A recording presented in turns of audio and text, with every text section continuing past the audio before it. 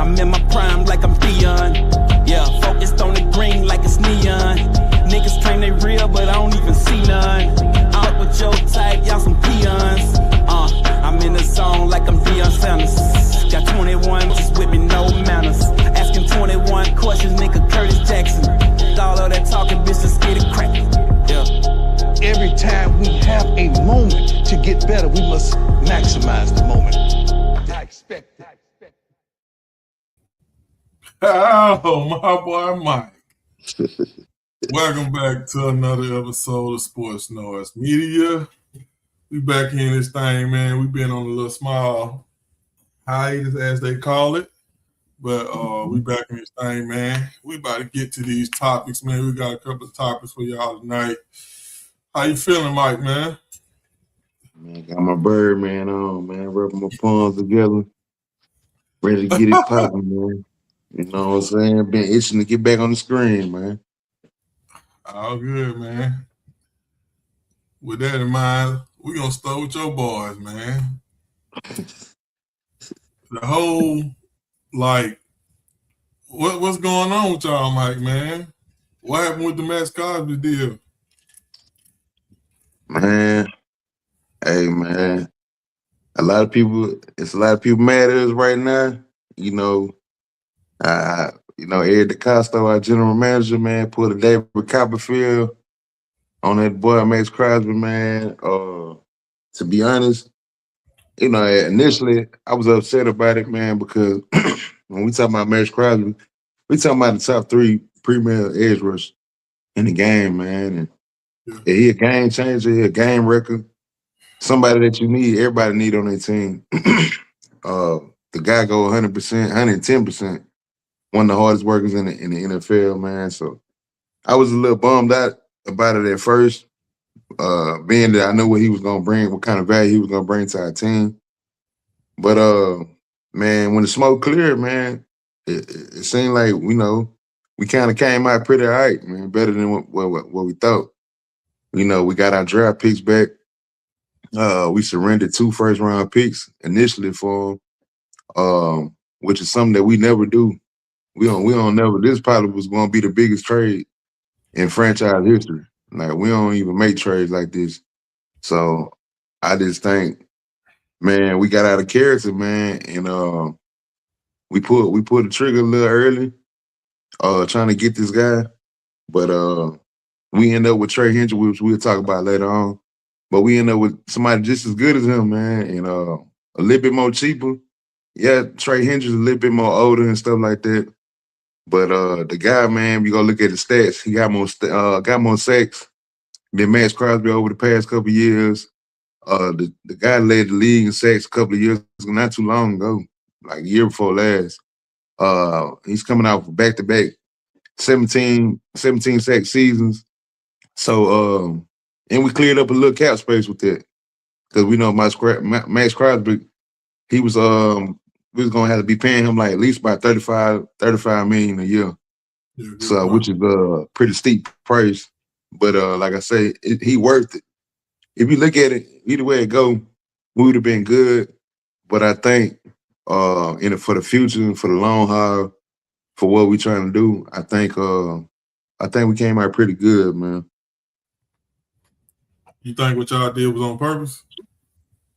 Man, and that's TBD, man, to be determined, because, the guy's coming off of knee surgery, meniscus tear surgery and stuff like that. Everybody knew that he had that injury, but coming from, supposedly from our doctors and other doctors as well, they said it might be a little bit more impactful more deeper than what we think it is. That would lead to us backing up. Like, should we go all in on this player right here? And his knee might not, in a year or two, he might not even be in shape to even fulfill his contract. So it's a lot of layers to this story, man. Everything ain't been peeled back yet. Like I said, a lot of people are upset about how we handled the situation. Our general manager tried to clear it up and say he was trying to get both of them, or Trey Hendricks and Max Crosby, which would have been crazy. That would have been. I don't even know how he would have pulled that off. Mike, But you sound like Johnny Cochran, bro. Like, I'm just, I'm just did saying. y'all do it? Did bro go to sleep and Oh realize man, the deal that he did was some bull hey, ass, and he woke up and be like, man, I tripped. I need to do something about this. Is that what happened? Do you think that's what happened? Or you think the report? You think they solely went off the reports? Because me personally, I just feel like from the jump, I already said it before, bro. Giving up 2 first-round picks for Max Crosby, that sound good if you can guarantee yourself you're gonna be in the Super Bowl and he's gonna dominate that game. That's the only way you can justify giving away 2 first-round draft picks. yeah, Even with for sure. Mike Parsons is top 5. Yeah, Dallas, they ain't getting nothing but the first round for him. So, I mean, I'm not saying like one is better than the other, but I'm just saying you talking about a younger player, and for yeah, y'all to pretty much wage y'all future for something that's not certain, as like a Super Bowl just being on the horizon next year. I just feel like, bro, went to sleep and he woke up and he just felt like it wasn't a good deal, and he retracted it. They found a way to get out of it because this ain't the first time the Ravens. This pretty much is a method for y'all, to be honest, because this happened to y'all have done this 3 times before. So it ain't right. like it was on some real, like, I ain't got no ball. I can't say what y'all GM. I can only sit back and speculate. But from my speculation, just watching it, bro, it just seemed like bro slept on it. He realized he was wasting y'all future with them draft picks because y'all franchise is ran off draft picks. Like Yeah, even with y'all going to get him as a free agency, that's not something typically y'all do. Like y'all no, kind of spun a domino effect with Derrick Henry when y'all did that, and the world was surprised that y'all did that because that's something y'all yeah, never do. But right. from my point of view, bro, I believe bro just went to sleep on it and he woke up and realized that he kind of gave y'all future away and he had an out and he took it. I mean, business is business. I can't be mad at him for doing it. But I mean, that's what I think. Yeah. And to the naked eye, you right. But I just think, man, when it boiled down to it, I think he jumped on the Max Crosby deal because that was out there at first. He didn't think me. This is what I think.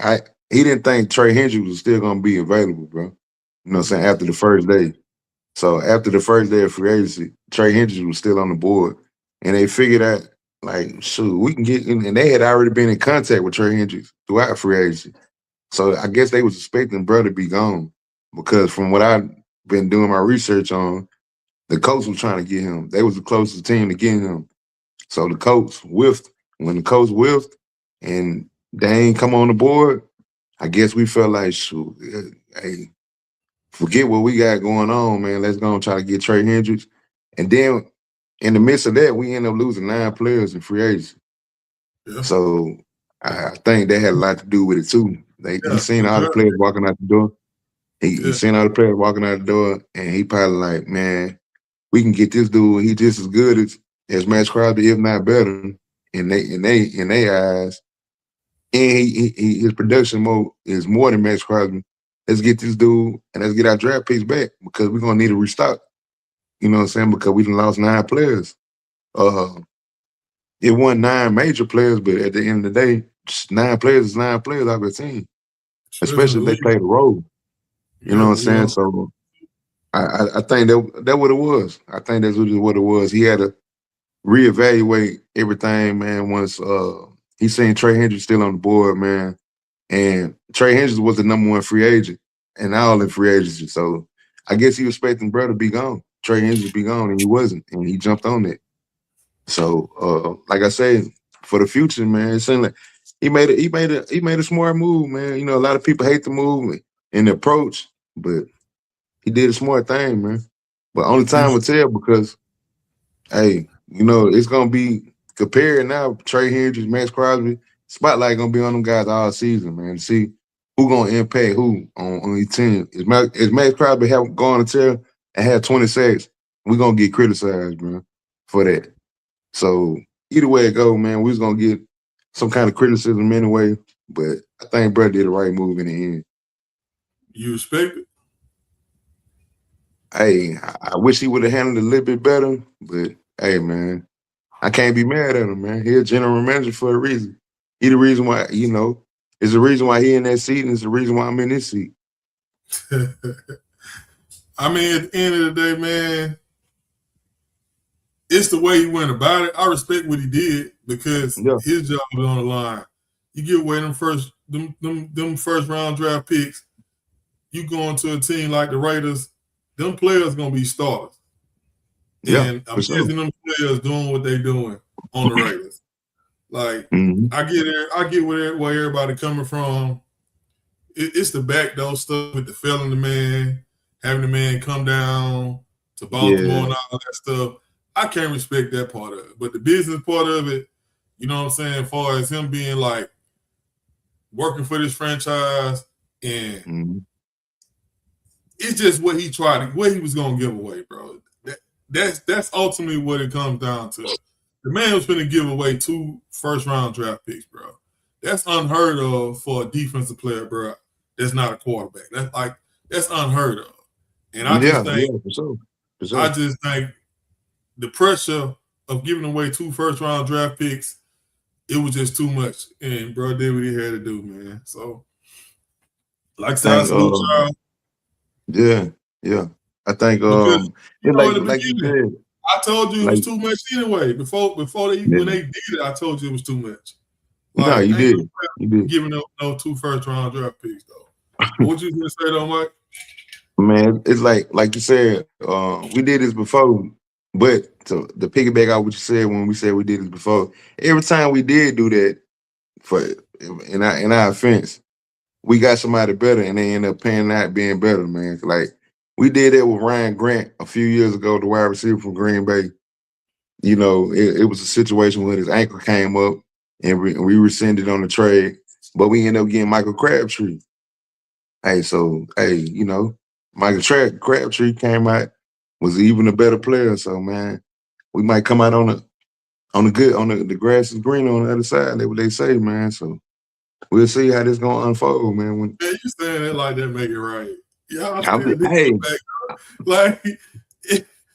Mike Crabtree could have caught for 1,800 yards. That still don't make what y'all did, right? Nah, you right, bro. It don't. But for the fans out there, let y'all know when we have done this, it always turn out good for us, man. So hopefully this will be the another chapter in the story, man. Yeah, I mean, at the end of the day, dog, this NFL, dog, all them folks doing dirt. So you can't get mad with somebody else that do dirt better than you. Nah. But, man, we're going to keep it pushing, man.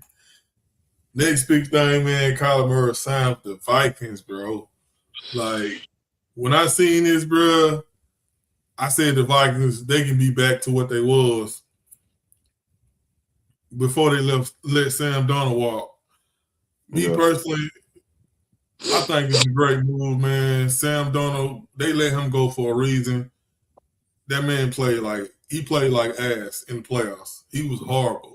Like anybody would have got let go. Everybody, hindsight is gonna be 2020. I mean, he got to the Super Bowl and barely put 20 points on the board. You know what I'm saying? And that wasn't from him, that was from field goals. So you can second guess all that stuff, man. I think, me personally, I think it was a good move, them letting him go and running with their first round draft pick. You know what I'm saying? Like, it's not like you let him go and you was with nothing. You let him go to see what you had in your first round draft pick to put you in a position right now to be like, okay, he ain't what we thought he was. It would have been easy for them to keep Sam Darnold, let the first round draft pick just sit there, wasting money. They made a good move, let Sam Darnold go. He went on to win the Super Bowl. That's cool. But they actually got a chance to see what JJ was about. And based on what we seen from him getting a full season, not like most players that get 4 or 5 games and you try to judge a first round draft pick off 4 or 5 games. He ain't seen a lot. They actually got a whole season to see what they working with. And they came to the conclusion that he ain't what they drafted, or he ain't where they want him to be right now at the time. Kyler Murray come up on the board, and he got 2 top receivers, and he's somebody who pushed the ball downfield, the scramble drill with the wide receivers. Like, he's a perfect fit to me for the Minnesota Vikings. At the end of the day, I think this was one of the best moves of the free agency. Me personally, just for the simple fact you get somebody proven. The only question we got with Murray is the injuries. If he can stay healthy, man, I think Minnesota gonna be a 4 or 5 seed going into the next season, man. But what you got on that, Mike? I think it's one of them deals, man. Like you said, it was a great move. I think it's great for both parties, man. For Kyler Murray and for the Vikings. I think it's just a chance for Murray to actually rewrite his story, man. Because as we know, it's a Sam Darnold effect when it's he can do some great things with Minnesota, bro. But the main thing with him is durability, man. If this guy can stay healthy and play majority of the season, if not every game, man, the Vikings, man, can go very far, man, because they was only a quarterback away, you know what I'm saying, from going to the playoffs and being a major contender. They got all the pieces already around, like you said. They got the best receiver in the game, Justin Jefferson, Jordan Addison. You got Hawkinson. You got Aaron Jones. You got a good offensive line. You got a great defense coordinator, Brian Flores. You got everything in place for this team. The quarterback was the only question mark for their team, man. They went through so much last year with J.J. McCarthy, man. Still, like you say, man, they gave him enough time to prove himself, man. The dude has been up and down, not consistent at all. And for the high draft pick they spent on him, he's looking like, man, they second guessing him right now. That's the reason why they brought this guy in, brought Kyler Murray in. Then you get him on a veteran deal, $1.3 million. Hey, man, it's a steal. Yeah. You know, it's definitely a steal, man. And Kyler Murray, man, like I said, all he got to do is show up, play his game, and stay available, man. Like, but he dealing with an offensive coordinator, a head coach, and Kevin Conley that is quarterback friendly. You know, that dude revolutionized, and he really like turned people quarterback careers around, man. We seen it with Sam Darnold, seen it with Kirk Cousins, we seen it with a little bit with Daniel Jones, bro. Like when he was with them for a little bit. So, man, I see great things for Kyler Murray, man, for sure. He just got to stay available, man. I think they're gonna scheme it around for him with that offensive line and stuff. So he won't have to do so much running and stuff because we know Kyler Murray is one of the smallest quarterbacks in the league. So if he get hit one good time, he out of there. He get his stick, he out of there. So they're gonna make sure, man, and scheming around will they take less pressure off him. And he ain't got to do so much like how he did in Arizona. He had to do a lot in Arizona. Yeah, so I think with the Vikings and stuff like that, man, it'd be a lot easier on his plate. He ain't got to do so much, and that is extend his career, man, and extend his season, man. So it's a great fit, man, for both parties for sure. What you think? What you think he do for them team wise, getting them playoff seed in the NFC? Way more consistency, man. Like he's great with the deep ball. I think he's gonna do wonders for Justin Jefferson, man. Justin Jefferson suffered tremendously last year due to inconsistent quarterback play.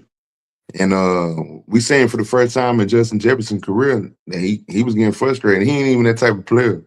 But last year took a toll on him, man. And I felt bad for the guy, man.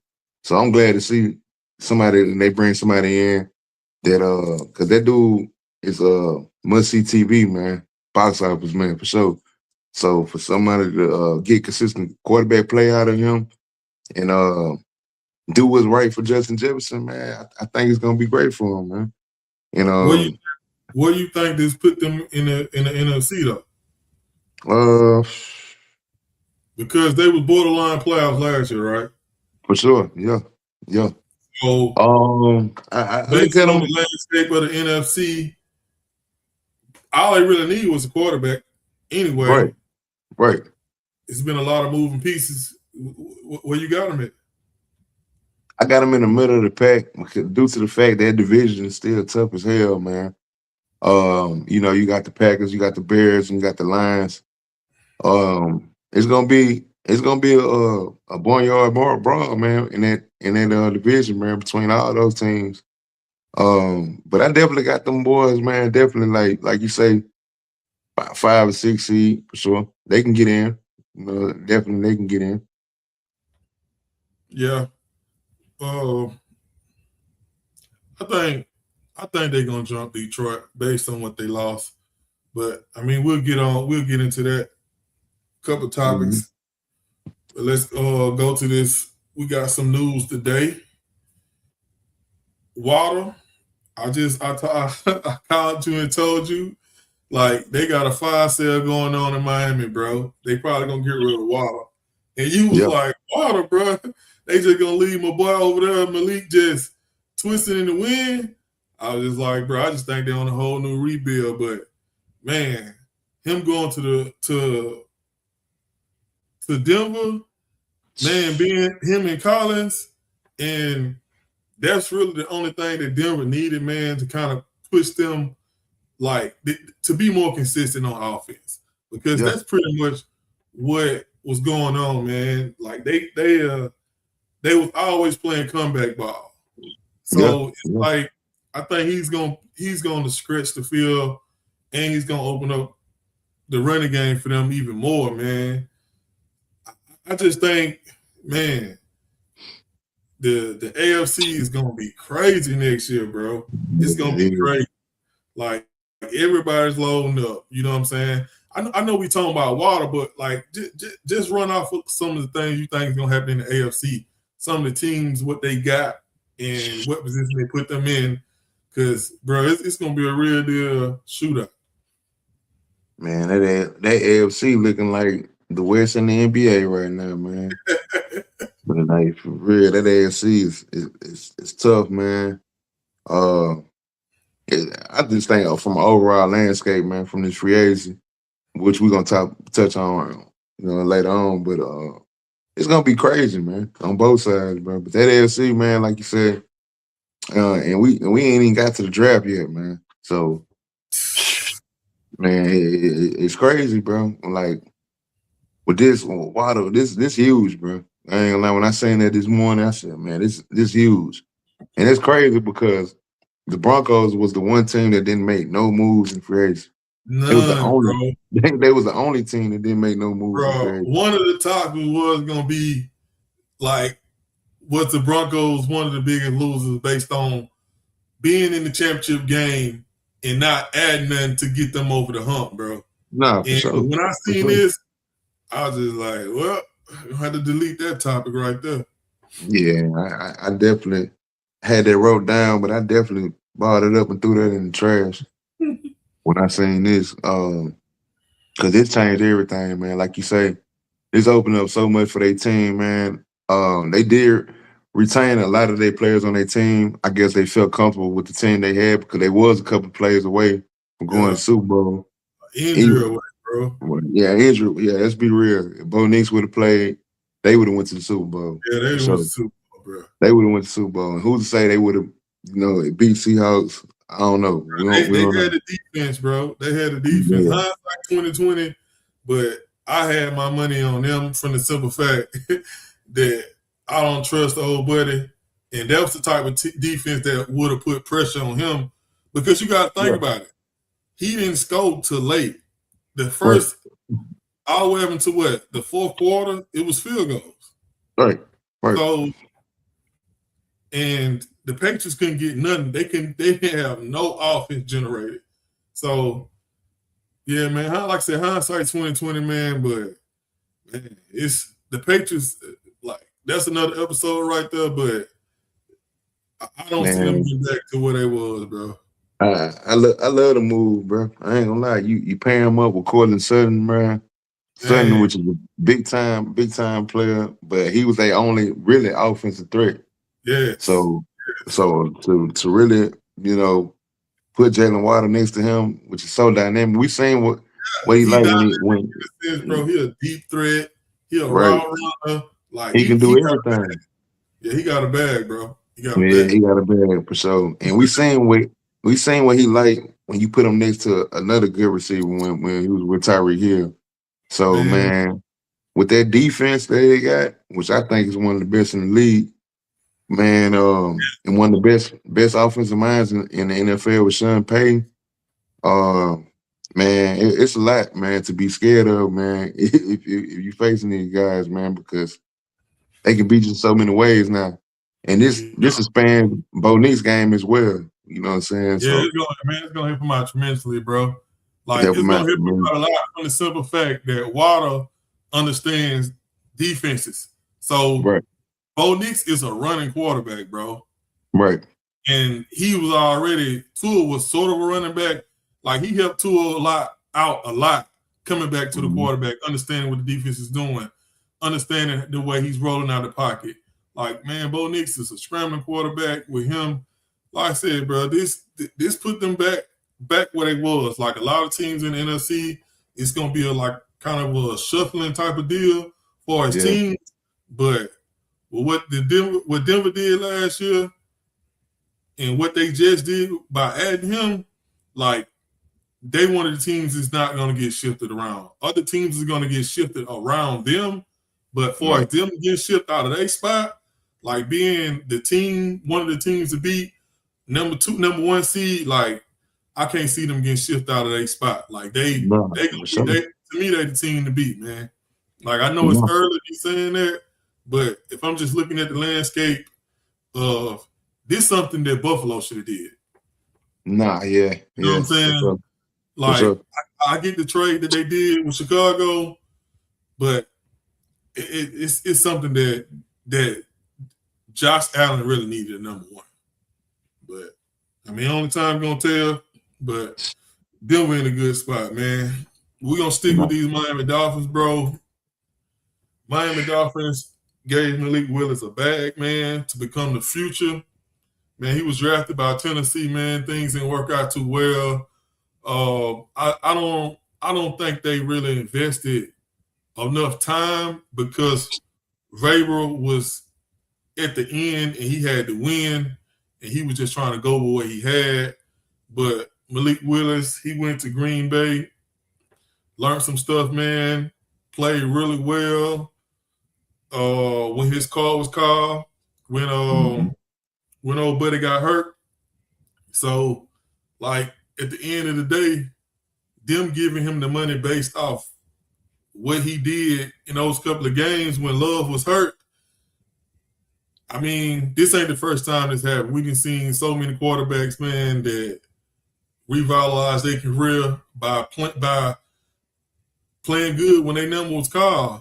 And Malik played good when his number was called, man. So it's going to be an uphill battle. I think they putting them in a bad spot, man, by trading the whole team away, bro. Like losing players on defense, losing the whole receiving core. But, I mean, I think it's a good move for him personally. But I just hope that they give him the grace that they give other quarterbacks.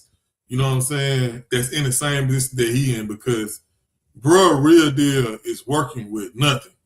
Like, nothing. I mean, I'm going to say that again. Bruh is working with nothing. So if they think this man's going to come in and look the same way he did with Green Bay, bro, man, that's unreal, bro. So I just hope, bro, that they going to give this man a real shot.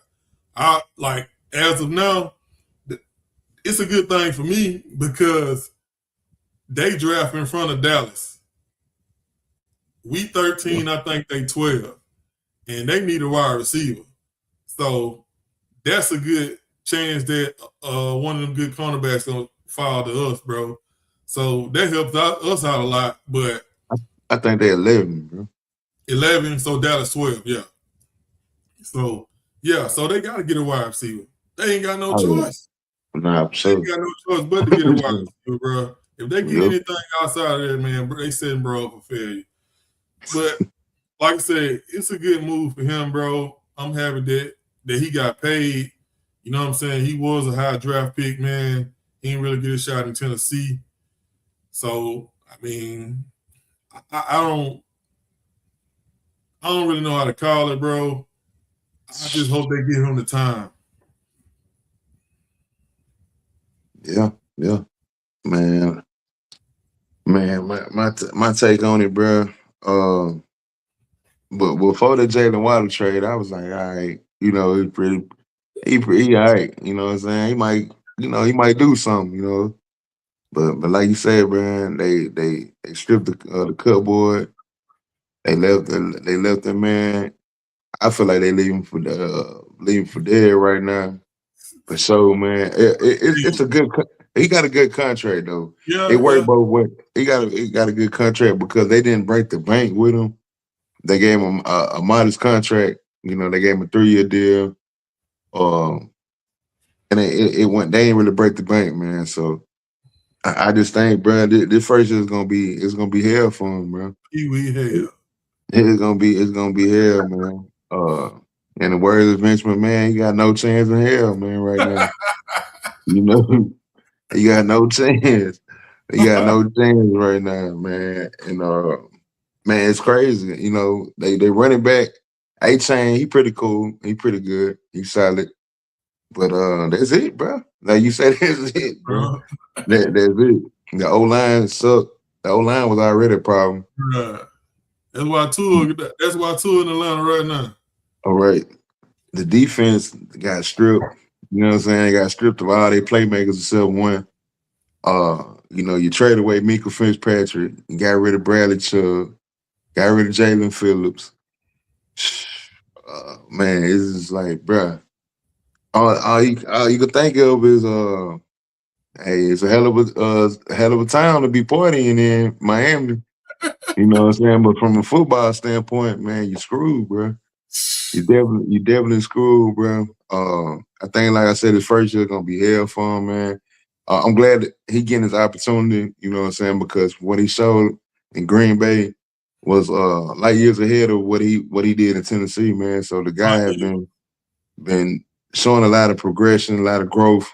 Being in that system in Green Bay, Matt LaFleur, developed the guy pretty good. They had great receivers also, and they had a great offense as well. So it was kind of easy for him to thrive like that. But in spite duty, I think he started like 3 games for them. Yeah.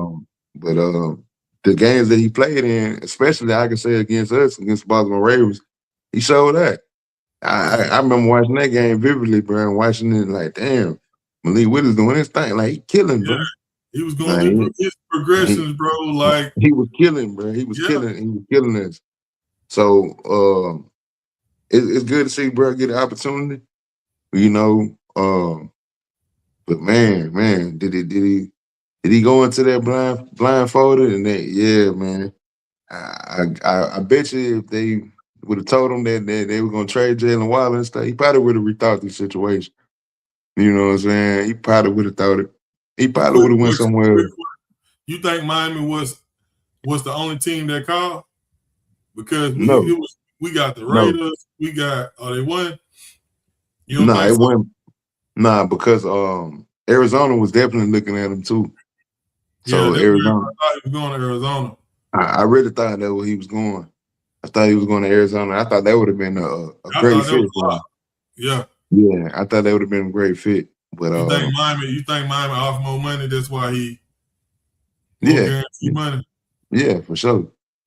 Yeah, he was looking for that. It was his big deal. You know what I'm saying? It was his time to get paid. So of course he was looking for the bread and the opportunity to start too as well. So that definitely factored into that. But man, like I said, it's gonna be a tough season, man. I don't know. They might hit him with the Sandman after 1 year, bro. Depend on what I'm saying. Depend on the draft that's coming up, all that talent that's coming in. Depend on how it look, man. Hey, Miami. To me, I feel like Miami's gonna be one of the worst teams in the league. Oh So yeah, bro. with the 2027 draft coming into play and all that talent that's coming in, man, he might get Sandman, man, for sure. After one season, he might get Sandman, bro. Or he might be, well, he can be in the play. They gonna draft somebody else, and he could be in the place. He'll be a placeholder for like a couple of games, 4 or 5 games. But I definitely can see that scenario playing out for him right now, for sure. I guess at the end of the day, man, he got that check, bro. So I mean, it's the upside. At the end of the day, it's a business, bro. So Yeah. I mean, it's a double sided coin, bro. And speaking of Sandman, bro, this my boy right here, Justin Fields. He's the ultimate Sandman. It's like, is he the Sandman because he's the Sandman? He's the Sandman because of the teams. And yeah. I think he's just the Sandman, bro, because of him. Like Justin Fields, bro. I mean, first off, let me get what you think about Kansas City trading for him, and what you think the whole rhyme and reasons behind this. You know what I'm saying? With Mahomes being hurt, do you think he's gonna be a starter going in? Like, and then they picked up the money. So it ain't like he was cut because Justin Fields had just signed like a $90 million contract. So it ain't like for them to be trading for him, he gotta be something. You know what I'm saying? For sure. What you think? The whole setup think it with was- Justin. I think it's a low risk move, man. That this provide insurance, man, because we know Patrick Mahomes coming off that devastating ACL injury. He might not be ready. Who's to say he might not be ready for the first couple of games? So I think it was good for Kansas City to bring, because I figured they was going to have to bring somebody in. You know, Carson Wentz was their backup quarterback last year. I think he's an upgrade over Carson Wentz for sure. You know, but slightly. I ain't say a lot now. Slightly, he's a upgrade over him, and I think it'd be good. I think it's more. I think it's more better for Justin Fields, man, to soak up some game with Andy Reid, Eric Bieniemy in their offense. We've seen it with quarterbacks, man. They go to these different teams, soak up some knowledge, and turn their career around. You know what I'm saying? It could be a case for bro. You know, Justin Fields. I don't know. We seen it happen with Daniel Jones. We just seen it happen with Sam Darnold. We didn't seen it. We seen it happen with Kirk Cousins. Bro, he don't have nothing coming with none of them quarterbacks you just named. Yeah, right. But I'm just saying what could happen for him. I ain't saying it's gonna happen, but it could be the case for him. But if he don't, he can be a perimeter backup. You know what I'm saying, for the rest of his career. Bingo. Also, so that might be the luck of the draw for him also, man, because he didn't have the opportunities. You can't say Justin Fields he didn't get no opportunity. He got an opportunity in Chicago. A lot of people felt like he didn't get a fair shake, but in the end, shoot, they chose the right path, man. They got Caleb Williams. Worked out well for him. With the Jets, you know, he had an opportunity to change that around, change the narrative. He could have changed it around, and he did awful. He played awful. Don't get me wrong, it was an awful team, true enough, but he didn't elevate the team at all. So he's not a player that elevates teams. You know what I'm saying? So it's like all he can do right now, man, try to soak as much game as you can. You learning behind one, if not the best offensive minded coach in the league, Andy Reid. And you learning from the best, from the man himself, Pat Mahomes. Soak up as much game you can, man, and try to turn your career around, man. If not, you're gonna be a Joe for the rest of your career from here on out. Yeah, man. I don't understand it. I don't see the value that he brings to them. Like, I can see him. So the only thing that I can put my finger on is how they have Pat Mahomes doing quarterback sneaks and things of that nature, with him running on third down in one short distance. I can see them going to him for that because of what type of injury that Mahomes is coming off of. You know what I'm saying? With the ACL. So that's the only light that I can see at the end of the tunnel. But I mean, I guess most of his money on his contract was guaranteed. So the Jets already paid that. So they feel comfortable with trading for him, and not, you know what I'm saying, it's costing them a lot of money on the back end. But I haven't seen enough of Justin Fields, put it that way. Like, he had his opportunity in Chicago. We blamed it on the coordinator and the coach. They got fired. Yeah. I mean, he went to New York last year, bro, and he just continued, like, at least with Chicago, the reason why he did get the job with the Jets because he showed flashes. Yeah. With the Jets, he didn't show flashes at all, man. I just think he's a perennial, like you said, backup, man. And he's one of them type of players, man, that he probably should have transitioned to being a wide receiver in the league. You know what I'm saying? I hate to say that, you know what I'm saying? But I don't see the quarterback ability there for as reading defenses, pushing the ball downfield. Everything that he do, bro, is drop back. Number one receiver ain't open. I'm taking off and running. Like, I haven't seen nothing outside of that, period, against no one. You know what I'm saying? This man had games, bro, where he's a quarterback, a starting quarterback in the NFL, and he had more rushing yards than he had passing yards. Yeah. That's unheard of, bro. So, I mean, like you said, we talking about one of the best coordinators in the league.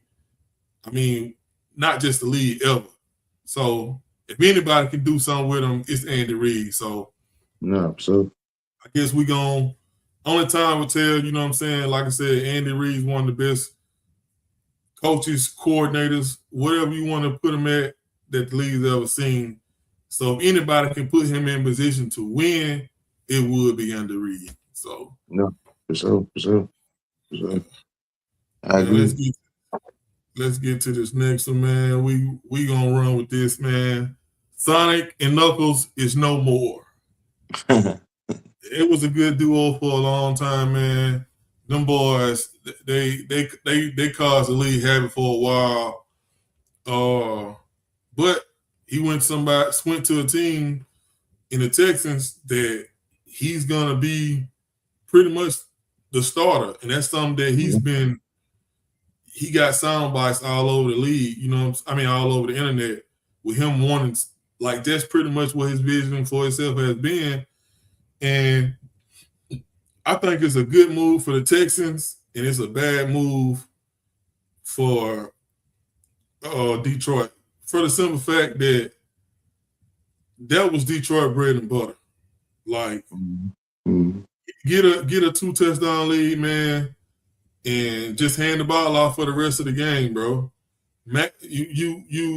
You stop Goff from making his classic mistakes by putting the ball in them boys' hands and letting them run. But I think it's a good move for the Texans. I think this is a move that is gonna set Detroit back. I just think Detroit is gonna lose their spot.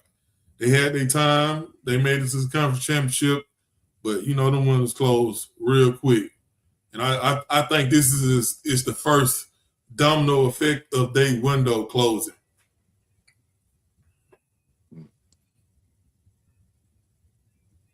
Okay.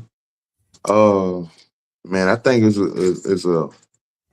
a good move for the Texans, but I think it's a move that they had to have, man. Bro, they had a choice. They had to have, man, last year. They desperately need some juice from the running back room. Being that Joe Mixon missed all the last year, he was such a huge part of their offense from the previous year. But he took himself out the game, Literally got took hurt, himself out the game. and got hurt, man. Got A hurt. lot of, yeah, What I you mean, when he mean? hurt, yeah, bro, yeah. Yeah, yeah, yeah, Yeah. yeah. He took Tell himself the out the people, game. tell the people what happened to him, Mike. Tell the people what happened to him. From what they say, man, he Plaxico birds himself. Capped That was himself. that what they said. He capped From what, himself. you know, he can't. Yeah, they tried to cover it up at first. You know what I'm saying? It was a strange injury at first. We were trying to figure it out. Like, what's up with Joe Mixon? It started out from them saying he might miss some games. Then it came to, man, what's going on with Joe Mixon? And he might be out for the year. They tried to cover it up all season, bro. But it came down to, bro, Plaxico birds himself. You know, shot himself in the foot. You know what I'm saying? Literally. So no, they got him X'd out. They try to get a running back room some juice, man. They came with I think it was a low risk, high reward type move. You get David Montgomery, man. All you give up was they gave up like a fifth or sixth round pick, to get him, to pair him up, which I thought was, Buddy did pretty good. Woody Marks, the rookie from USC from the Texans, he played pretty good, but he's not a 1A back. So to pair him up with David Montgomery, I think you get a cool little 1-2 punch that severely help out CJ Stroud, who needs all the help he can get at this point. You know what I'm saying? So I definitely think it's a good move for David Montgomery. If you ain't see David Montgomery outside of when he played for the Bears, for the Lions, when he played for the Bears, he was pretty good. He was pretty damn good. You know what I'm saying? When he was just him. But I think he one of them backs that he always gonna need a 1B back to pair up with him. You know what I'm saying? In order for him to really get the true potential out of him. Yeah, because it's running stuff. Yeah, for sure. I think they had the best 1-2 combo in the league with Montgomery and Gibbs with the Lions, but like you said, it just didn't work out. I think a lot of that had to do with the offensive line. Just got beat up and got older. And man, in the end, you know, Montgomery wanted another shot at being the starting running back. We seen slowly but surely Gibbs kept overtaking him over his role and stuff. So his usage rates kept going down every year. And it went down significantly last year, man. We know Gibbs is one of the top running backs in the league. He a monster, but Montgomery is the beast also. He's a good, a lot of people try to label him as a short yardage running back, but he a good running back, all around. He might not got the run at the catch like Gibbs and stuff like that, but dude was a really, really good running back. And I think he's gonna do a nice job with the Texans. Especially them after they rebuilding their offensive line. We're gonna see how those pieces come together. But he's definitely gonna help CJ Stroud, man. We all know the running back, you know what I'm saying? The running back is kind of like quarterback best friend. If you got a good running game, it's definitely gonna help your quarterback out. All types of things. Players and yeah. But is this a move to push the needle over for the Texans and put them in Super Bowl contention? Nah, it's definitely not. It's a move solely to help CJ Stroud put more people in the box so he can be able to read the coverage better, bro. Yeah. What it is. Have more people in the box. Get rid of one of them safeties to come down, help stop the run. I mean, it's solely to help him, bro. Yeah, for sure. He can't thrive in this, bro. They picked up his fifth year option, right? Yeah, they did. Yeah. So if he don't thrive, he might be in Miami. Nah, for real. Nah, ain't no telling. But yeah, man. So he get another opportunity to be a 1A back, and this is what he been wanting, man. So with that being said, we're gonna see what it do, man, with David Montgomery being in Houston, Texas now, man. I know the Texas fan is a little excited about it because, like I said, man, how the Joe Mixon thing fell apart for them, man. Very tragic, man, because Joe Mixon was such a great fit for them guys, man.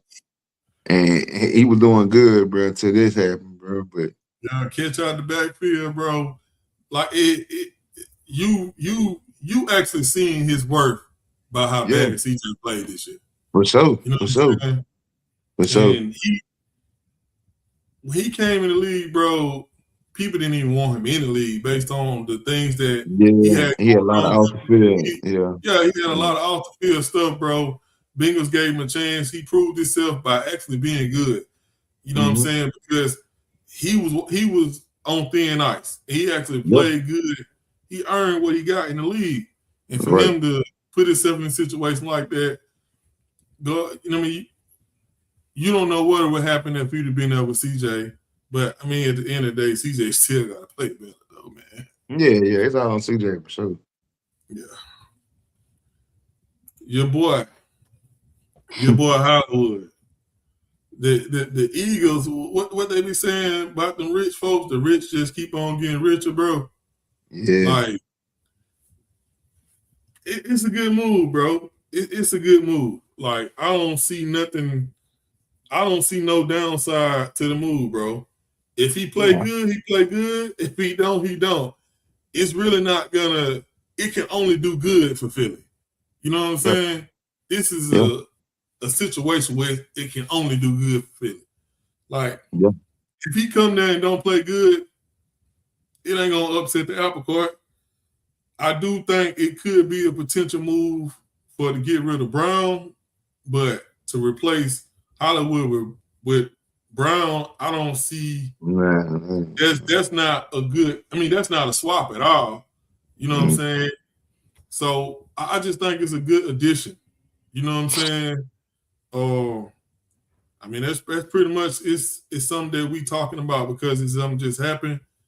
I just see the rich getting richer, bro. It can definitely help, but it's certainly not gonna hurt if he don't live up to whatever their expectations they have for him. no, so another low risk, high reward type move, man. You know, and get him for 1 year, $6 million. Which is a very, very modest contract for a receiver in the league these days. He's gonna be their number 3 receiver, behind AJ. But we don't know what's gonna happen with AJ Brown. But he can work the slot. You know, he's still a burner. You still gotta respect Bruh Speed. Yeah, Uh, I think he gonna open up and be able to do some things, man. They might can use him a little bit more than what Kansas City did. Because he didn't really get too much production out of when he was in Kansas City. We haven't seen a lot of production from Hollywood since he left us, man. Baltimore, to be honest. So, you know, his best years are behind him for sure. But it's an upgrade for the number 3 receiver for them because yeah, they had definitely. Dotson. They had what's his name? Jaheed Dotson. Oh, I forgot his name, but Dotson that came from Washington. He was at the number 3 receiver. He didn't really do nothing for them. So it's definitely an upgrade for the number 3 receiver. Depending on what happened to AJ Brown, even if AJ Brown get traded, like it's just not gonna elevate him to like number 2 or nothing like that. And they still gonna have to get another receiver. He's still gonna have to be their number 3 receiver for sure. Yeah, of course. But Yeah, yeah. He's not going you know, to. we'll see what he do with Jalen Hurts and stuff, man. Like I say, he'll give you a big play or two. You know what I'm saying? He should get you no more than like he should get like 600, 700 yards out of this guy, man, and a couple of touchdowns. Yeah, So on the season, man, he can provide that. Like I say, this another weapon for them guys, man. Like the guy's still one of the fastest receivers in the league, and they'll be able to utilize him. yeah.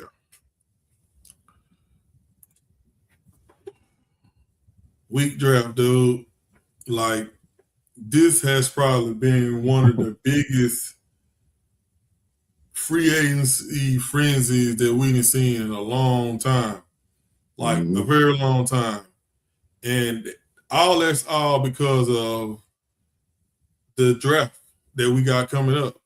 It's a weak draft for us. Quarterbacks pretty much push the whole draft. People watch the draft to see what quarterbacks go, and it's been a real deal free agency frenzy. I'm talking about dominoes dropping everywhere. Actually, decent, good players that's actually going to teams that's going to help the team out.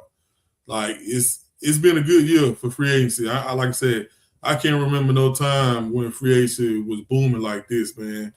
Nah, What you think about this free agency, man? All the moves been made, all the moves that's still gonna be made. Like just pure entertainment. Wake up every day, and somebody done got traded, somebody got cut, somebody got released, somebody got picked up. What you got on the free agency this year, Mike? What you think about the whole landscape of the free agency, and from the simple fact, I'm going into our next topic too, as far as just the whole landscape of what's going on with free agency. Man, I love it, man. Man, as an NFL fan, football fan, I love it, man. Every year it be a turnover rate, man, with different players going different teams. We love to see it. We seen the salary. We figured it was gonna be like this because the salary cap went up once again. It's gonna go up every year. I think it went up like 22% this year. So with that being said, a lot of teams had a lot of money to dish out this year, and they dished it out. They was throwing money, man, and I think everybody significantly. Well, I ain't gonna say everybody, but everybody made some good solid moves, man. I can say for the most part. There have been some teams that's questionable, you know what I'm saying, but for the most part, I think a lot of teams upgraded themselves, man, for sure. Filled in some needs. Like you said, the draft, this is probably going to be one of the most, less polished drafts that we had in a while. So I agree with you when you say that being that they knew that the draft was going to be like this, they figured out they had to fill as much holes as they can with free agency. And a lot of teams did that, before the draft even came, which is always a plus. You want to fill your holes in your team before you even get to the draft and let the draft be a bonus to your team. So I think a lot of teams did a great job at that, man. We didn't see, normally, the quarterback free agency be the crown jewel of the free agency, but it was a weak department in that. But overall, man, it was great, bro. It was great, man. I got my winners and losers for sure when it came to free agency. I don't know. Let me ask you a question, man. Who you think won free agency and who you think lost free agency? Good question. I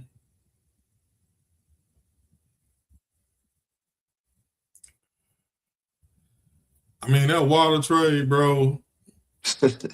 I mean, I can't really get out there, bro. Like, bruh, like a lot of teams, typically they just get placeholders. They get people who just fill spots. But they actually got a bona fide, like they actually got something that's going to help them significantly. They actually got something that's going to push them over the top. Yeah. Like, I just think they're the biggest winners. And to me, the biggest losers is, I'm gonna say Buffalo, bro, because Buffalo.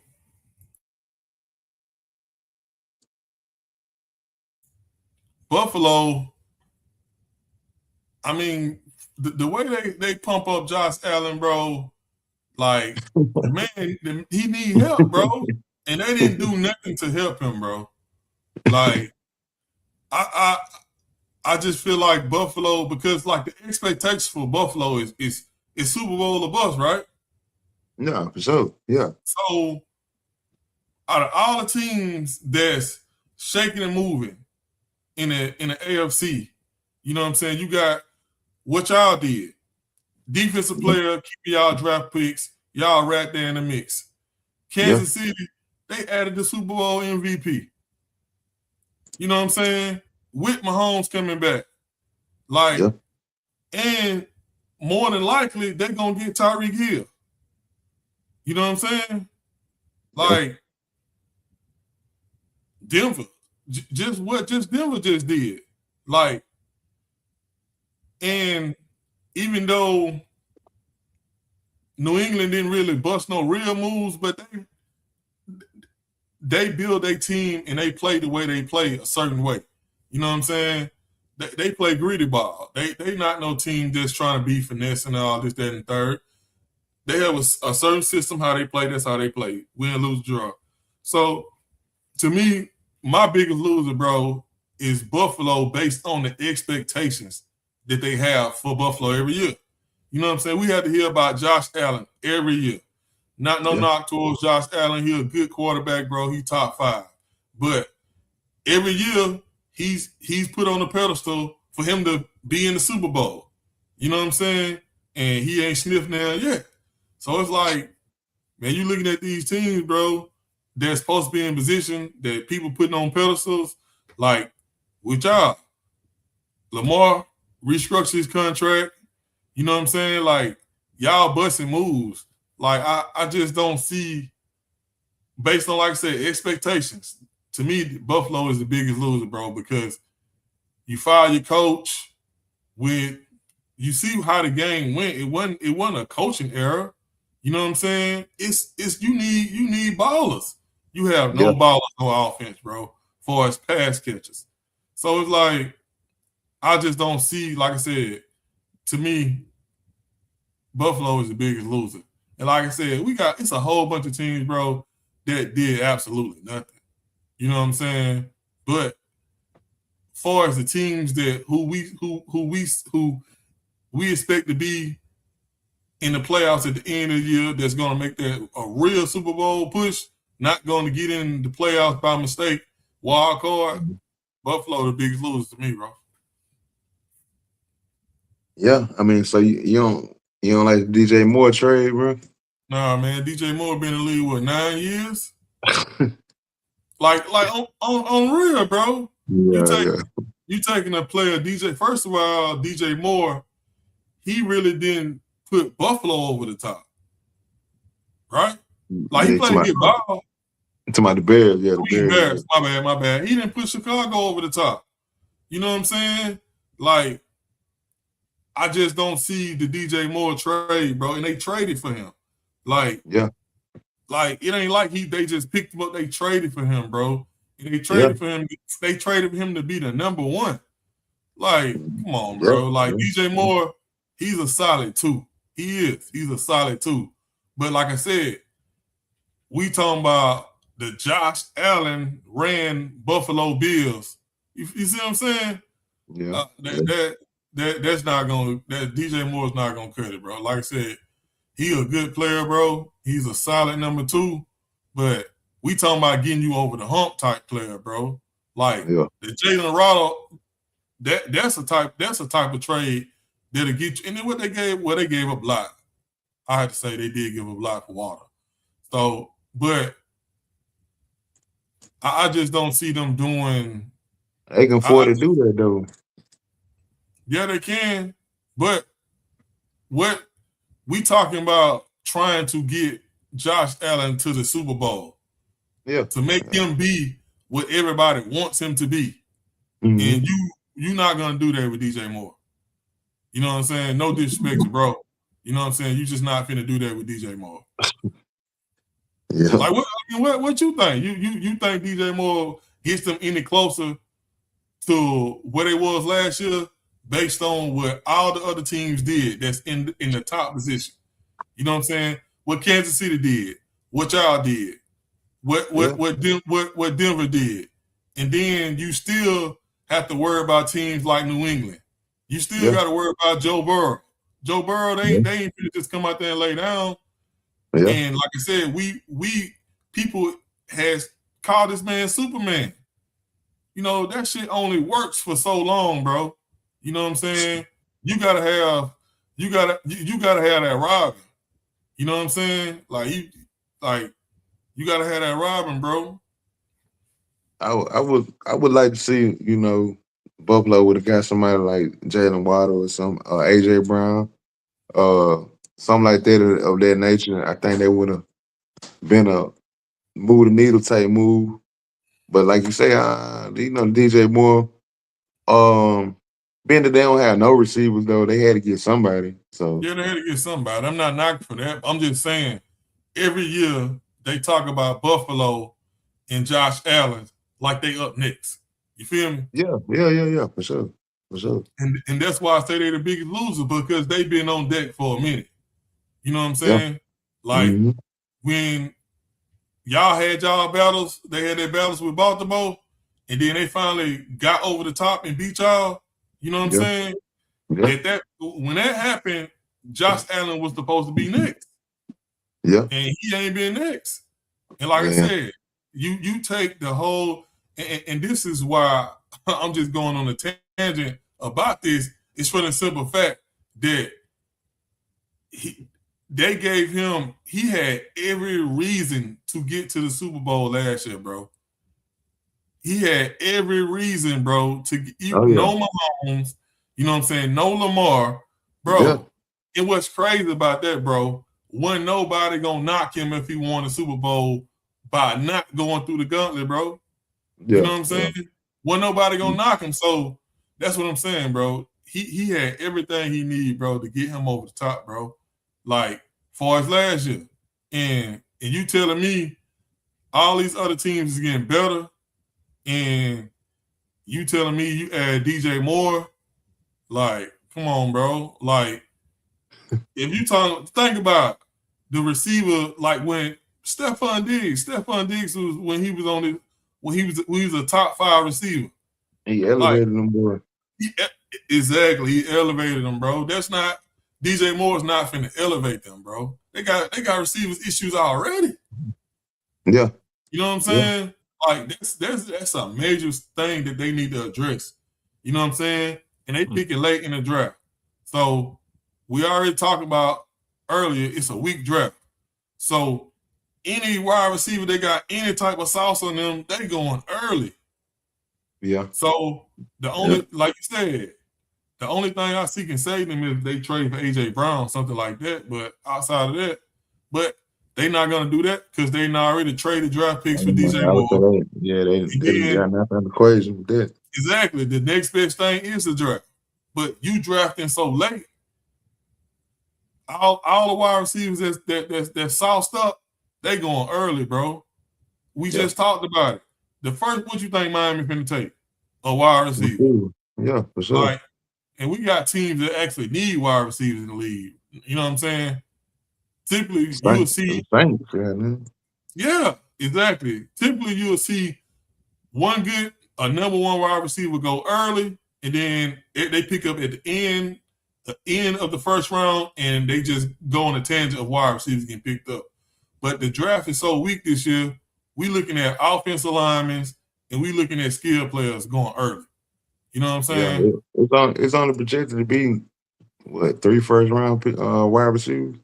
Exactly, bro. And we got more than 3 teams that need wide receivers in the first round. So I just, like I said, I think they're the biggest loser based on my bad 4. I forgot about what Texas A&M. So they got 4. Yeah, and like I said, it's well over 4 teams that actually need wide receivers. You know what I'm saying? So, like I said, I just don't feel like I feel like they're the biggest loser. I don't want to hear no excuses about Josh Allen don't got this. I don't want to hear that shit, bro.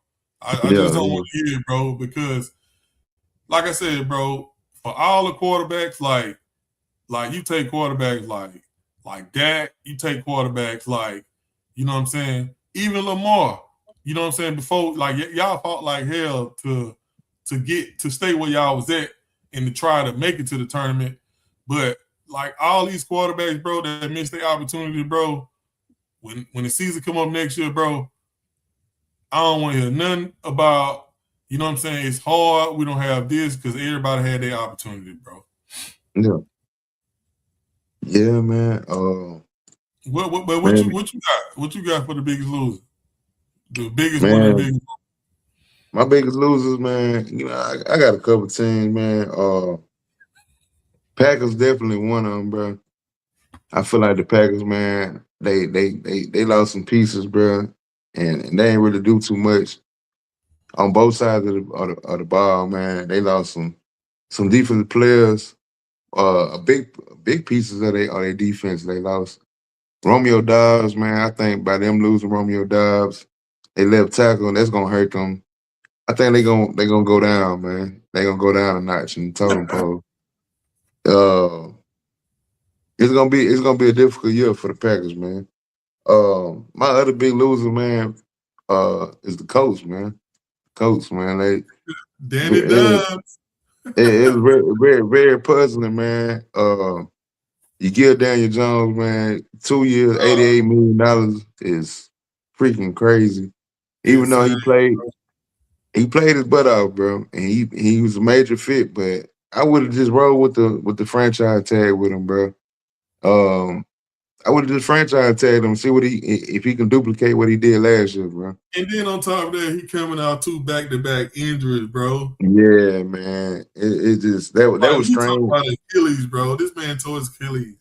And you Yeah, gave him and $100 then million for 2 years, bro. And the yeah, money bro. guarantee. You seen his guarantee? Yeah, Like, guaranteed, yeah, for sure. And it's it's just insane, bro. It's insane, bro. I can't. That is crazy. Like you trade your best receiver, Michael Pittman, bro, for for a bag of Skittles and some a bag walnuts. of chips. And you know what I'm saying? You overpay, which I thought was crazy. You give $100 million contract to your second best receiver, Alex Pierce, which is not even a top 20 wide receiver in the league. It's crazy. And then you whiffed on the Trey Hendrickson. You had a chance to get Trey Hendrickson. You whiffed on that, bro. You gave up a first round pick for South Gardner last year. So you don't, it just, I don't know, man. I just don't know what the coach doing. I really don't. They just, I don't know. They going backwards right now. Yeah, They they don't. trapping. They going backwards, man. But for my winners, man, I like what the Panthers did. I really like what Carolina did, man. Beefing up their defense, getting a legit left tackle. I would like to see them get another running back, being that they lost Rico Dowd. I'm pretty sure they might address that in the draft. But I like what Carolina did, bro. Like they was a playoff team. They still building around Bryce Young. They beefed up their defense, and they in a weak division, and they taking advantage of that. So I like what they did, and I hate to say this, you know what I'm saying, but I can't be biased on this show. But the Steelers, man, they did their thing in free agency, bro. I hate it. You know what I'm saying? You know that's the rival, but I can't knock them, man. They did their thing. The only thing that they didn't solve, which is great, which I think they still waiting on Aaron Rodgers. They didn't solve the quarterback issue, but outside of that, they did a tremendous job in free agency. Yeah, You got another receiver that you needed badly to pair up with DK Metcalf. You get Michael Pittman, which Michael Pittman is very slept on, very good receiver. Yeah. So you get two. Michael Pittman 6'4", DK Metcalf 6'5". You got two giants on the outside. Yeah. You know what I'm saying? They can do their thing. You get Rico Dowd to be your running back, which they badly needed a running back. You know what I'm saying? So, I'm so mad, bro. I was hoping the Cowboys, dog. Bro, yeah. like, come on, bro. That right there, bro. Like I think we had a good free agency this year, man. I give us like a B plus. Y'all was solid. Y'all had solid. Yeah, I give us a solid B plus, bro. But if we would have got him, bro, I mean, bro, whatever, bro. You get Rico down. You get a safety, the Jaquan Brisket. He played very well for Chicago. You get him for 1 year, $5 million, and you got Jamal Dean, the cornerback for Tampa Bay. You resign, you know what I'm saying? Asante Samuel Jr. Like they did their thing, bro. I can't even knock them, bro. Like they Pittsburgh did their thing, bro. And that's what I meant, like with Buffalo. I mean, yeah, with Buffalo. Yeah. Like, that's what I'm saying, bro. You take somebody like it's a big chance that they might lose their slot, bro. Yeah. You know what I'm saying? Because y'all gonna have to battle them boys, and one of y'all is gonna be a wild card. Yeah, for sure. And like I said, it's based on the hype. I just don't know what they doing, bro. I just man. So them definitely, man, was some teams, bro. Carolina and Pittsburgh, bro. They did their thing, man. I think they probably did the from an overall standpoint, like they definitely upgraded their team, both of them. And then for my losers, like I said, Packers and the Colts, they downgraded tremendously, bro. I really think they hurt their team with that, man. But yeah, a lot of people upgraded. They made a lot of good moves, but from an overall standpoint, I think them teams stuck out. Yeah. Next topic, bro, we got on the list, man, is top 10 free agency left. Pretty much not necessarily top 10, but what would be the free agent that's gonna, out of the top 10 that's left, that's gonna have a big effect on the team that they go to, teams that actually need them. You know what I'm saying? That you see, basically what I'm saying is that one of the top 10 free agents, how are they going to go to a particular team to help them get them over the top? Man, you still got some good free agents out there, man. A lot of older players, still got some young talent as well. But it's a lot of players out there that can definitely your team, man. Ask the question again one more time. Out of the Ask the top question 10 one more free time. agents, out of the top 10 Yeah. free agents left, which one of those top 10 players that a team actually need that they're going to go to and help out? I got three in particular, man. I think L'Jarius Sneed, man, the cornerback who the Tennessee Titans just cut. I think, man, he go to the right team. I really want us to come here. I want him to come here, man. But you know me, you know what I'm saying. But Sneed comes to the right team. He can do something, man. Like a couple of years ago, this dude we talking about the best cornerback in the league when he played with the Chiefs. Shut down corner. He has had some injury problems the last year, but I think if he can go get it back on track with his health and go to the right team, man, everybody need to shut down corner, bro. Who don't need to shut down corner? So I definitely think even y'all, even the Cowboys, like he definitely can go to a team and really, you know what I'm saying, uplift their team.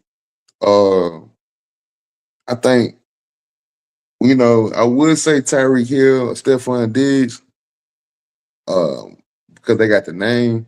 But old boy, Jawan Jennings, man, from the 49ers, that dude's underappreciated, man. I think he,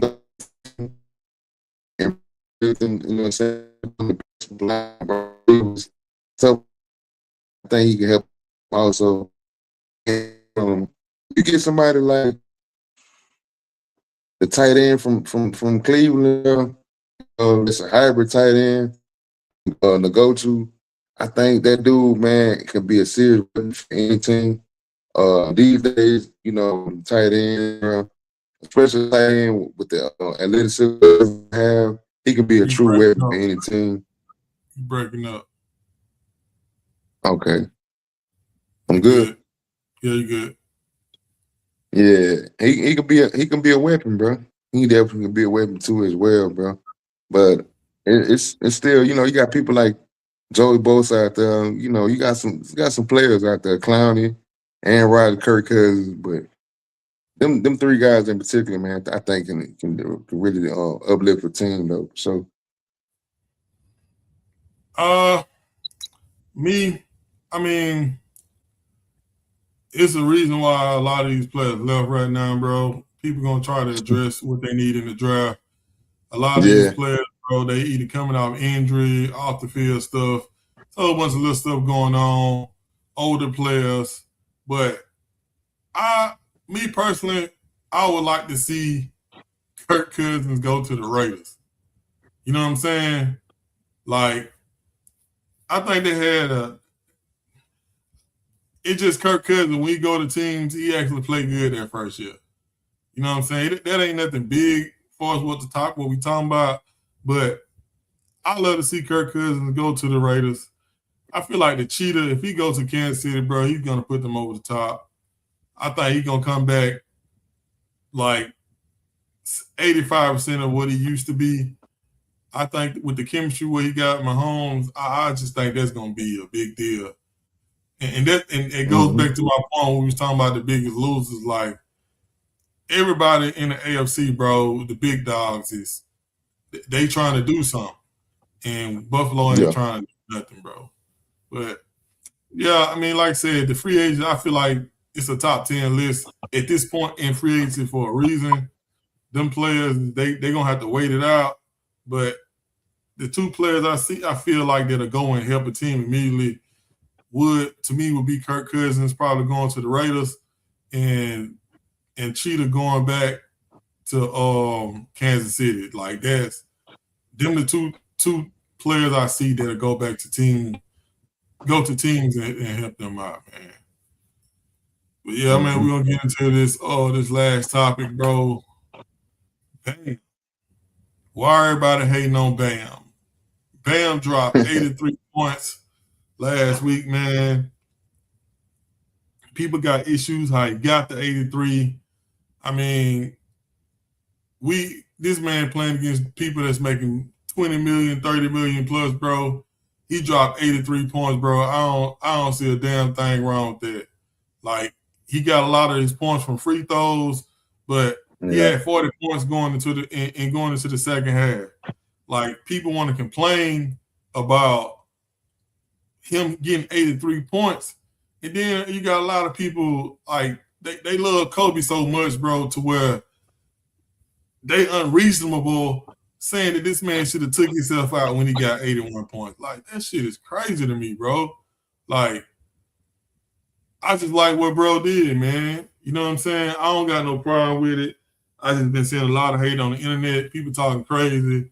Like, it's crazy how we live. It's like we live in an alternate universe or something, bro, to where somebody dropped 83 points, bro, and people try to find a reason or something wrong with it. It's crazy, bro. But I respect what he did, bro. Second most points in the NBA ever. Anytime you have an opportunity like that, bro, to drop 83 or drop whatever, bro, you take advantage of it. I remember years ago, McGrady had so many points before halftime, he probably could have dropped 100. You know what I'm saying? So it's like, whatever situation you in, bro, if you can drop them points, you want to sit or whatever, do whatever you want to do, bro.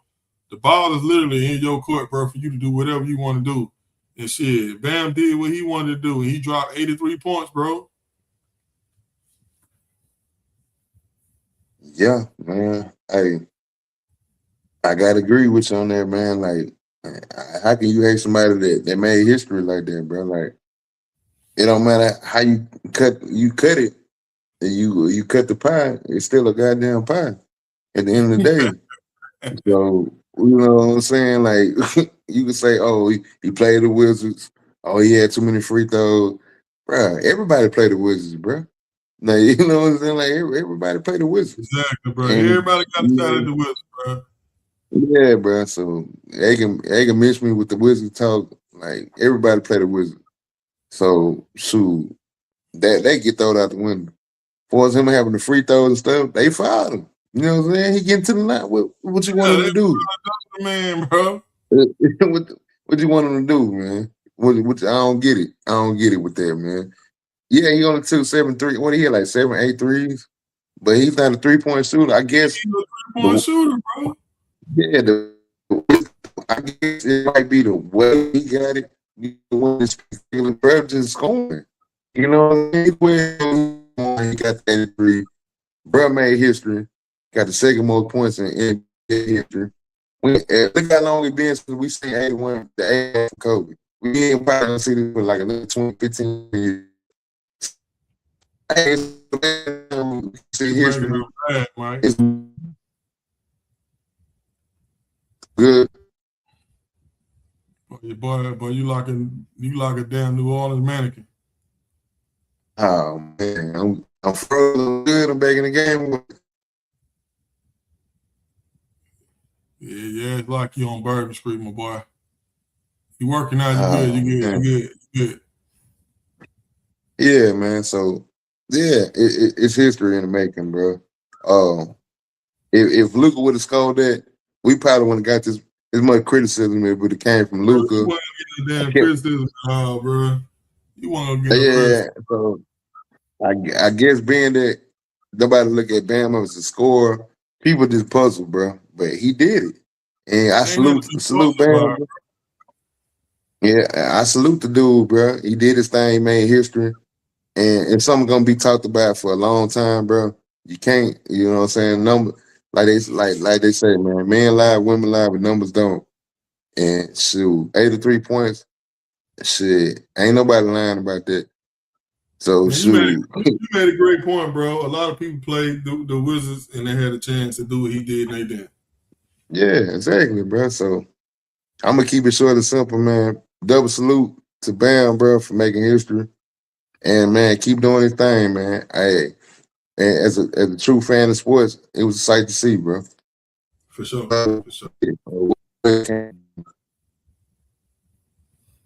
With that being said, bro, man, we appreciate everybody tuning in, bro. We only gonna get better. Pretty much at the end of these shows, man, we have a little segment called "Get It Off Your Chest." I'm gonna start with you, Mike. Man, you got something to get off your chest tonight, man? Man, I think we put it all on the table, man. Just letting everybody know, man, we back, man, live and direct from the set. We coming with much more material, man. Y'all tune in, y'all tap in, man. Y'all like and subscribe. Do what y'all got to do, man. To support us, man. We getting things off the ground. It ain't an easy thing, but we need everybody to support it. You know what I'm saying? And we appreciate everybody tuning in, locking in with us, man. For sure, man. Everything my boy Mike said, man, we're gonna catch y'all on the next one, man. Appreciate y'all. So